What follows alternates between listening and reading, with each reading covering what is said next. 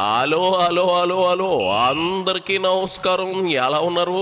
బ్రహ్మాండంగా ఉన్నారు. అదేటో కోసంత ఆరోగ్యం బాగోలేక నేను 5 దినాలు రెస్టింగ్ లో ఉన్నా. ఈ లోపు బెంగళూరు నుంచి జగన్ రెడ్డి పాడేరు వరకు వచ్చేసి ఎమ్మెల్సీ ఎన్నికల మీటింగ్ ఎట్టేసాడు. ఇదిగో జగన్ రెడ్డి వీకెండ్ ఏమో బెంగళూరులో ఎంజాయ్ చేసి 2-3 రోజులు ఏపీ కేటాయించేవా ఏటి? నువ్వు ఆంధ్ర రావాలంటే రోజుకో శవం మేమెక్కడికి తీసుకురమ్మంటావు చెప్పు? నాయకుడు అనేవాడు జనంలో ఉండాలి, ప్రజల యొక్క కష్టాలు సుఖాలు తెలుసుకోవాలి తప్ప ఇట్ట గెస్ట్ పొలిటీషియన్ గా ఉండకూడదు. అది సరే, నీ కాదేంటో చెప్పు. మామూలుగా అయితే ఈ ఓవరాల్ ఎమ్మెల్సీ స్థానాలు కూడా ఏదైతే జరుగుతూ ఉందో, పోటీ జరుగుతూ ఉందో, ఇందులో మామూలుగా అయితే ఎవరు తెలుగుదేశం పార్టీ పోటీ పెట్టకూడదు. నైతిక విలువలు ఉన్న ఏ పార్టీ అయినా పోటీ పెట్టకూడదు. ఎందుకంటే 600 చిల్లర స్థానాలు మనం గెలిచినాం, వాళ్ళు గెలిచింది కేవలం 200 చిల్లర స్థానాలు వాళ్ళు గెలిచినారు. మనకు వాళ్ళకు మధ్య తేడా దాదాపుగా 387 స్థానాలు వాళ్ళకు మనకు తేడా ఉంది. గెలిచిన వాళ్ళంతా కూడా మన పార్టీ గుర్తు మీద, మన పార్టీ జెండా మీద గెలిచిన వాళ్ళు. వాళ్ళ సైడ్ అయినా అంతే, మన సైడ్ అయినా అంతే. మరి అటువంటప్పుడు మెజారిటీ లేనప్పుడు ఎవరైనా కూడా పోటీనే పెట్టకూడదు. మామూలుగా మీ జగనే ముఖ్యమంత్రి స్థానంలో ఉండి ఇటువంటి పరిస్థితి కనుక ఉంటే, వాళ్ళకే కనుక మెజారిటీ కనుక ఉంటే అసలు మనం పోటీ పెట్టుండే వాళ్ళమే కాదు. ఎందుకు పోటీ పెట్టాలి? ఇది మరీ బాగుంది. 2019లో 151 సీట్లు మాకే వచ్చాయి కదా, 2024లో టీడీపీకి ఎందుకు పోటీ పెట్టాలి అన్నట్లుంది నీ వ్యవహారం. నిజానికి ఎమ్మెల్సీ ఎన్నికల్లో బలం మీదే ఉన్నప్పుడు నీకెందుకు ఆ భయం? ఏమో, గెలిచిన వాళ్ళు ఇప్పటి నీ పద్ధతి నచ్చక క్రాస్ ఓటింగ్ చెయ్యొచ్చు కదా. ఇందులో నైతికత విలువలు అంటూ ఏమీ ఉండవు జగన్ రెడ్డి. చిన్నప్పుడు మా ఇంగ్లీష్ మేడం చెప్పేది everything is fair in love and war అని. ఓహో, నీకు నాకు వచ్చినంత ఇంగ్లీష్ కూడా రాదు కదా, నేను అర్థం చెబుతా ఈయన. ప్రేమలోను యుద్ధంలోను ఏ పని అయినా కరెస్టేనట. ఇదిగో ఇక్కడ గెలుపు ప్రధానం, రాజకీయాల్లోనూ అంతే. ఈ చిన్న లాజిక్ తెలియకుండా బెంగళూరు నుంచి ఒప్పుకుంటా వచ్చావా? వాళ్ళందరికీ ఫోన్లు చేయడం, అదే వాళ్ళ దగ్గరికి మనుషులను పంపించడం, నీకు 5 లక్షలు ఇస్తా, నీకు 10 లక్షలు ఇస్తా, వస్తావా? నీకు గాని అవంతే అంబటి గోరింట్ల కంబైండ్ గా పూనేరా 5 లక్షలు ఇస్తా, 10 లక్షలు ఇస్తా, వస్తావా అంటూ బేరాలాడుతా ఉన్నావు. నువ్వు సైకో అని ఎప్పటి వరకు జనాలకి తెలుసు. బెంగళూరు ప్యాలెస్ కు వస్తావా అని ఎవరిని అడుగుతున్నావు? బాబా, ఇంకా నయం మా ఊరు పంకజం గాని ఈ మాటలు వింటే బెంగళూరు ఫ్లైట్ ఎక్కేసేది. అది అంతే, వస్తావా అని ఎవరైనా అడిగినా అవ్వదు, రాను అని చెప్పలేదు.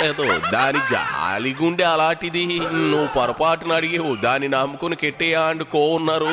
వాళ్ళు రాత్రుళ్ళు కీచురాళ్ళులా ఊరంతా తిరిగి పిచ్చోళ్ళు అవుతారు. అంచేత ఇది పద్ధతి కాదు, ఆట అడగటం న్యాయం కాదు.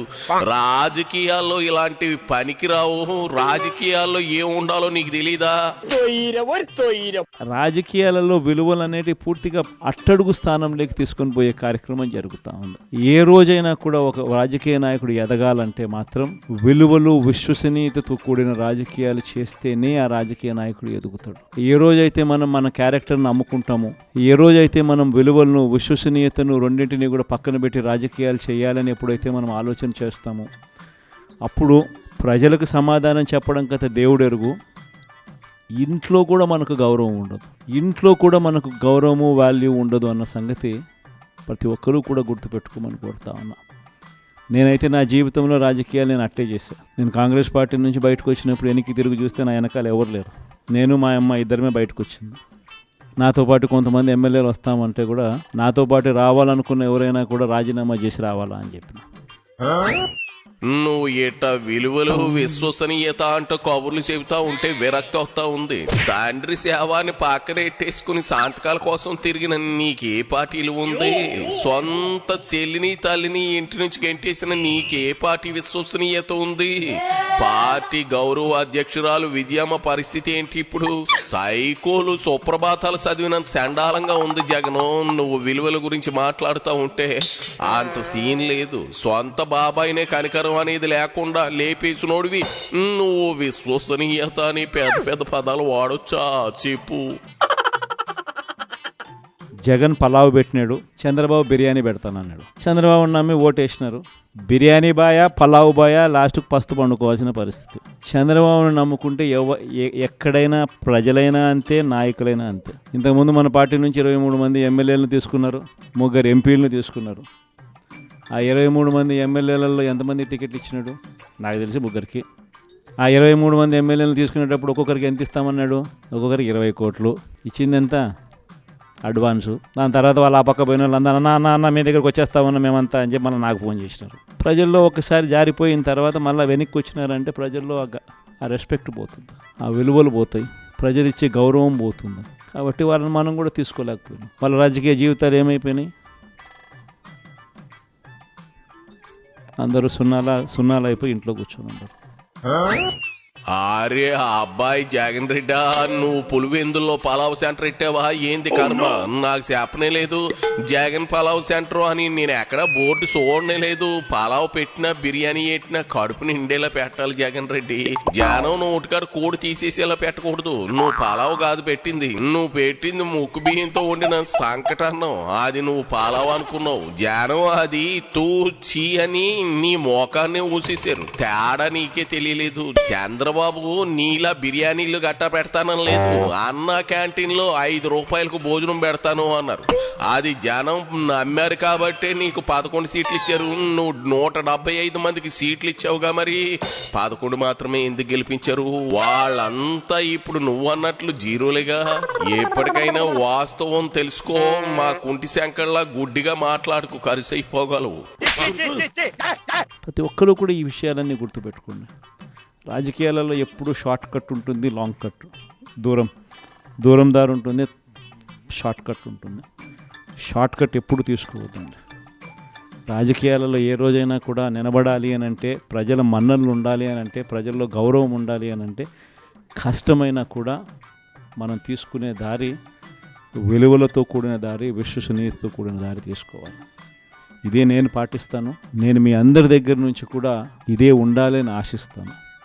వైఎస్ఆర్సీపీ కార్యకర్త ఏదైనా కానీ ప్రజలు లేకపోతే కాలర్ ఎగరేసుకొని చెప్పాలి, పలాని మాట చెప్పినాం, పలాని మేము నెరవేర్చినాం అని చెప్పి. మాలో అబద్ధాలు ఉండవు, మాలో మోసాలు ఉండవు, మాలో కల్మషం ఉండదు అని చెప్పి. అది వైఎస్ఆర్సీపీ కార్యకర్త. ప్రతి ఒక్కరు ఇది గుర్తుపెట్టుకోమని కోరుతా ఉన్నాను. ఈ మన్యం ప్రాంతం స్పెషలీ, ట్రైబల్ ప్రాంతం స్పెషలీ ఎప్పుడూ కూడా నాకు తోడుగా ఉంది. పార్టీ స్థాపించిన రోజు నుంచి, మొట్టమొదటి రోజు నుంచి కూడా వెనక్కి తిరిగి చూస్తే ఎక్కడా కూడా ఈ ప్రాంతంలో మాత్రం 100% యా పక్క ఏది ఏ ప్రాంతం ఎటుపోయినా కానీ ఇక్కడ మాత్రం ప్రజలు మాత్రం, ఇక్కడ మాత్రం నాయకులు మాత్రం, ఇక్కడ మాత్రం ఉన్న వాళ్ళంతా మాత్రం 100% ఎప్పుడూ నాకు తోడుగానే ఉన్నారు. మీ ప్రేమలు, మీ ఆప్యాయతలు ఇదే మాదిరిగానే కొనసాగించమని చెప్పి కోరుతా ఉన్నా. షార్ట్ కట్ లాంగ్ కట్ ఏంది జగన్ రెడ్డి? రాత్రి గాని లేడీస్ టైలర్ సినిమా గాని చూసావా ఏంది? కటింగ్లు జమ్మజచ్చా అంటూ రాజేంద్ర ప్రసాద్ లా మాట్లాడుతూ ఉన్నావు. నీలా అందరినీ సైకోగాళ్ళగా మారమనడం ఏమైనా బాగుందా? ఆ బో ఎట్లా అయితే 2029 కల్లా పార్టీ దివాళా తీయడం ఖాయం. ఇక చాలే బెంగళూరు బయలుదేరు. హెలికాప్టర్ కు రెంట బొక్క తప్ప ఎమ్మెల్సీల్లో బొత్స గెలిచేది లేదు, సచ్చేది లేదు. పో సత్యబాబు పక్క చూపులు చూస్తా ఉన్నాడని ఇట బిస్కెట్లు వేస్తున్నావు అని అందరికీ తెలిసిన మ్యాటరేలే. డ్రామాలు ఆపి పోవయ్యా.